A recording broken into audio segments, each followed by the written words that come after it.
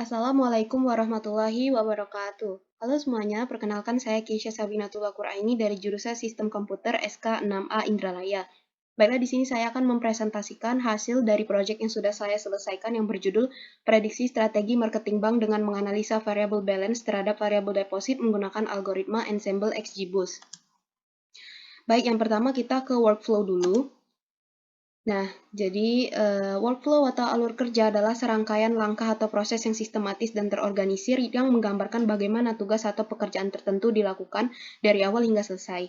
Berikut ini merupakan tahapan yang akan dilakukan untuk menyelesaikan proyek ini. Yang pertama ada topic and data selection, yang kedua exploratory data analysis, yang ketiga data preprocessing, yang keempat model selection, yang kelima model training, yang keenam hyperparameter optimization, yang ketujuh fine tuning, yang kedelapan model interpretation, dan yang terakhir result visualization. Selain menggambarkan flowchart tadi, saya juga menggambarkan sedikit visualisasi tentang metodologi penelitian, yaitu langkah-langkah dari awal sampai akhir. Bisa dilihat pada gambar berikut. Selanjutnya ke dataset introduction. Jadi topik yang dipilih dalam proyek kali ini adalah supervised learning. Data yang digunakan dalam proyek ini adalah data marketing bank, di mana data tersebut berisi banyak data diri dan keterangan dari setiap nasabah. Terdapat 17 kolom dan 11.162 baris data yang terdapat dalam dataset yang dihasilkan dari kegiatan kampanye sebuah bank.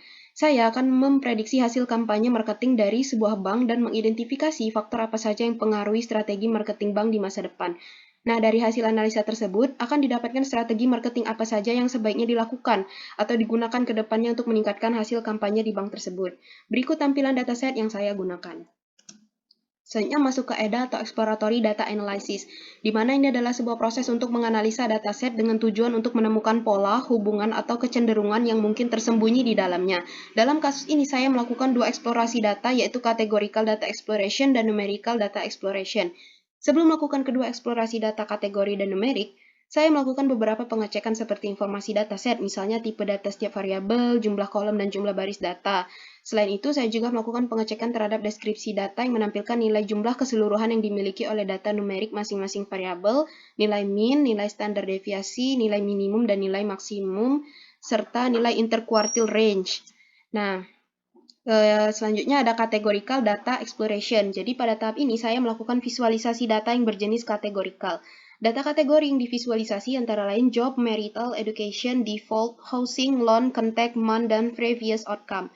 Setelah divisualisasi, kita akan mendapatkan informasi seperti jenis-jenis pekerjaan yang dimiliki oleh setiap nasabah, apakah nasabah tersebut memiliki rumah atau tidak, apakah memiliki pinjaman atau tidak, dan lain-lain. Selanjutnya ada numerical data exploration. Nah, karena tadi data kategorikal itu tidak memiliki noise atau outlier karena sifatnya terkategorisasi dan tidak memiliki urutan atau peringkat yang bermakna secara matematis, di numerical data exploratory ini, kita akan memvisualisasikannya terlebih dahulu, data-data numerik tersebut. Nah, untuk melibatkan proses eksplorasi dan analisis data yang berbentuk angka dan bilangan ini, kita perlu memahami distribusi, pola statistik, deskriptif, dan hubungan antar variabel numerik dalam dataset. Di dalam data numerik ini kemungkinan ada outlier karena data tersebut bersifat bilangan angka. Nah, jika hanya dilihat dalam bentuk histogram, tidak akan terlihat jelas nilai-nilai numerik yang ada pada data ini. Maka dari itu perlu dilakukan telaah lebih jauh terhadap data numerik ini dengan cara menggambarkan box plot pada saat data preprocessing nanti. Selanjutnya masuk ke data preprocessing. Jadi tujuan utama dari data preprocessing ini adalah memastikan bahwa data yang digunakan dalam analisis atau pemodelan memiliki kualitas yang baik, konsistensi, dan relevan untuk tujuan analisis yang diinginkan. Berikut ini adalah tahapan data preprocessing yang sudah saya lakukan. Yang pertama adalah find missing value. Jadi missing value atau nilai yang hilang atau nilai yang kosong itu merujuk pada keadaan di mana data atau untuk suatu variabel tidak ada atau tidak lengkap dalam dataset. Dalam kasus saya ini, dataset yang digunakan tidak terdapat nilai yang hilang atau missing value. Yang kedua, numerical data outlier analysis. Jadi tahap ini merupakan lanjutan dari tahap sebelumnya, yaitu numerical data analysis, di mana pada tahap ini hanya ditampilkan gambaran visualisasi data dalam bentuk histogram, tapi tidak dapat mendeteksi nilai outliernya. Nah, data outlier itu dapat menjadi nilai yang jauh lebih tinggi ataupun lebih rendah dari sebagian besar data lainnya, sehingga dapat mempengaruhi analisis statistik atau model yang dibangun berdasarkan data tersebut. Setelah dicek, ternyata terdapat outlier dari beberapa variabel numerik seperti age, balance, champagne, p-days, dan previous. Nah, berikut ini adalah gambaran outlier yang terdapat dalam beberapa variabel numerik pada dataset yang saya gunakan. Nah, selanjutnya ada outliers handling. Jadi pada tab ini kita akan melakukan handling terhadap outliers yang kita temukan pada data sebelumnya. Tujuannya adalah untuk memastikan bahwa nilai-nilai ekstrim atau tidak biasa dalam satu set data tidak secara signifikan mempengaruhi hasil analisis atau model statistik. Berikut ini merupakan rincian data numerik yang sudah di-handling outliernya. Tentu akan terlihat perbedaan dari data sebelumnya yang masih memiliki outlier dan yang ini sudah di-handling outliernya.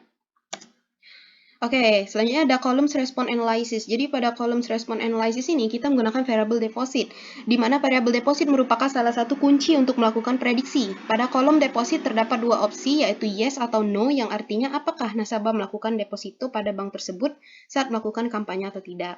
Kita akan melakukan analisis variabel deposit terhadap variabel lainnya. Beberapa hal yang dapat ditarik sebagai insight dari hasil visualisasi kolom response analysis antara lain sebagai berikut. Jadi yang pertama, misalnya kebanyakan nasabah tidak melakukan deposito setelah kampanye bank tersebut daripada yang mengambil deposito di bank tersebut. Yang kedua, nasabah yang memiliki status menikah banyak yang mengambil deposito dibandingkan dengan nasabah yang belum menikah ataupun bercerai jika dilihat dari keseluruhan data.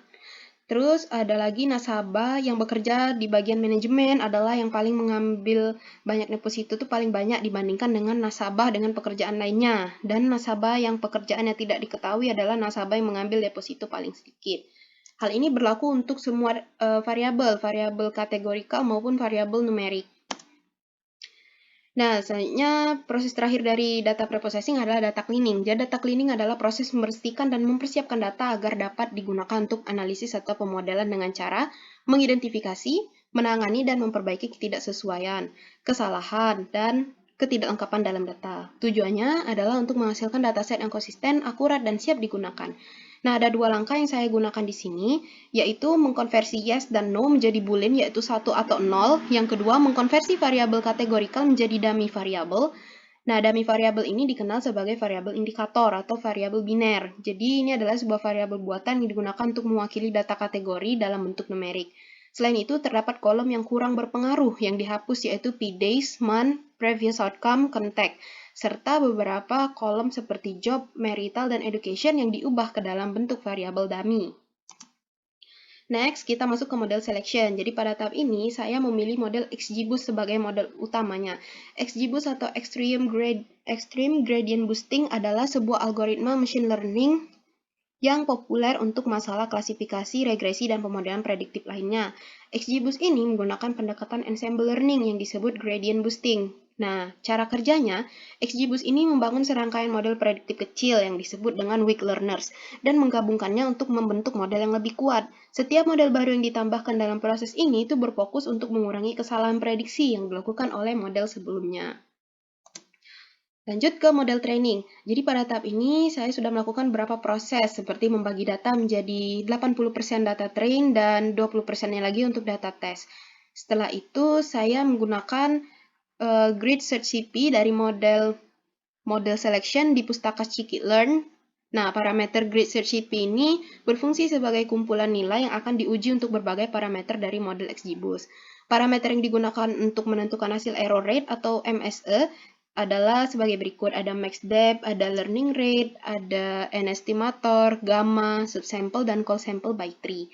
Untuk percobaan training yang pertama, saya memasukkan nilai max depth dengan nilai 6, learning rate dengan nilai 0,12, n-estimator 5, gamma 0, subsample 0,1, dan call sample by tree 0,2. Ternyata menghasilkan error sebesar 24,1% untuk data training dan error sebesar 24,6% untuk data test. Untuk mengurangi error tersebut, perlu dilakukan perbaikan seperti optimisasi hyperparameter dan juga fine-tuning.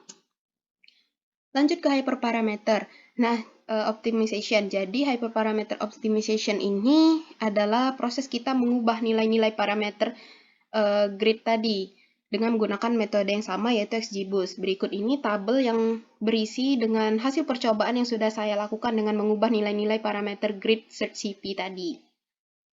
Selanjutnya ada fine tuning. Proses fine tuning ini adalah proses melakukan training dengan metode yang berbeda dari yang sebelumnya. Yang saya gunakan di sini adalah K-nearest neighbor atau KNN, Random Forest, Decision Tree, dan Gradient Boosting Machine atau GBM. Ini adalah tabel hasil percobaan saya menggunakan metode KNN. Dan di sini juga saya masukkan beberapa tabel hasil percobaan saya menggunakan beberapa metode lainnya seperti Decision Tree, Random Forest, dan Gradient Boosting Machine atau GBM. Baik, lanjut ke model interpretation. Jadi, dari bar chart tersebut didapatkan fitur-fitur apa saja yang memiliki pengaruh tertinggi dalam prediksi strategi ke depannya, seperti kepemilikan aset rumah, durasi menggunakan layanan di bank, dan lain-lain. Nah, setelah mengetahui fitur-fitur apa saja yang memiliki pengaruh penting ke depannya, langkah selanjutnya adalah melakukan prediksi terhadap fitur-fitur tersebut. Namun, untuk melakukan hal itu saya hanya akan mengambil 4 fitur numerik yang relevan saja yang akan menentukan strategi terbaik untuk menentukan kampanye bank ke depannya. Fitur tersebut adalah durasi, usia nasabah, saldo terakhir nasabah, dan berapa kali kontak nasabah dengan tim marketing selama kampanye berlangsung. Dan yang terakhir ada result visualization. Jadi di sini ada visualisasi hasil prediksi variabel-variabel yang sudah diprediksi menjadi fitur importance tadi ya. Jadi yang pertama ada balance. Grafik ini dapat diartikan sebagai persentase rata-rata langganan yang tergantung pada saldo akun. Jadi berdasarkan hasil yang sudah dapatkan, maka tim marketing bank harus mencari nasabah yang memiliki jumlah saldo akhir dengan minimum sekitar 1.490 US dollar. Selanjutnya ada age atau usia. Jadi berdasarkan hasil yang sudah dapatkan, maka tim marketing bank harus mencari nasabah yang memiliki usia minimal 31 tahun dan maksimal 55 tahun. Nah, untuk number of contact atau champagne ini, jadi untuk nasabah yang sudah melakukan kontak dengan bank sebanyak 4 kali atau lebih bisa diprioritaskan untuk kedepannya. Dan yang terakhir ada duration atau durasi. Nah, jadi grafik ini diartikan sebagai presentase rata-rata langganan yang tergantung pada durasi atau berapa lama nasabah sudah berlangganan di bank tersebut. Nah, untuk menentukan durasi tersebut, nasabah harus minimal sudah berlangganan selama 324 hari atau 10 sampai 11 bulan. Kesimpulannya, pada saat melakukan model training, telah dilakukan sebanyak 5 kali percobaan dengan nilai parameter-parameter yang berbeda dan error yang dihasilkan beragam. Pada metode XGBoost didapatkan error terkecil sebesar 20% untuk data train dan 19% untuk data test. Selain itu, saya mencoba melakukan fine-tuning ke beberapa metode machine learning lainnya dan didapatkan hasil error terkecil untuk masing-masing metode seperti KNN dengan error sebesar 17% dan 17,4% pada data train dan test. Untuk metode decision tree didapatkan error sebesar 16,8% dan 14,1% untuk data train dan test. Untuk metode random forest didapatkan error sebesar 16,4% dan 15,5% untuk data train dan test. Dan yang terakhir untuk metode gradient boosting machine atau GBM didapatkan error sebesar 13% dan 12% untuk data train dan test. Untuk model terbaik dalam memprediksi adalah metode GBM karena error yang dihasilkan paling kecil di antara 4 model lainnya.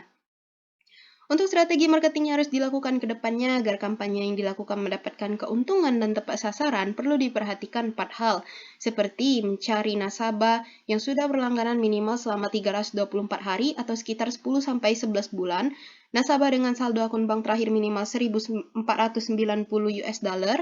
Nah, selain itu, dari segi usia, tim marketing bisa memprioritaskan nasabah dengan usia dengan rentang minimal 31 tahun dan maksimal 55 tahun, dan yang terakhir adalah untuk mendapatkan hasil kampanye yang baik dan tepat sasaran, tim marketing bank harus mempertimbangkan nasabah yang berhubungan kontak dengan bank minimal 4 kali selama masa kampanye berlangsung.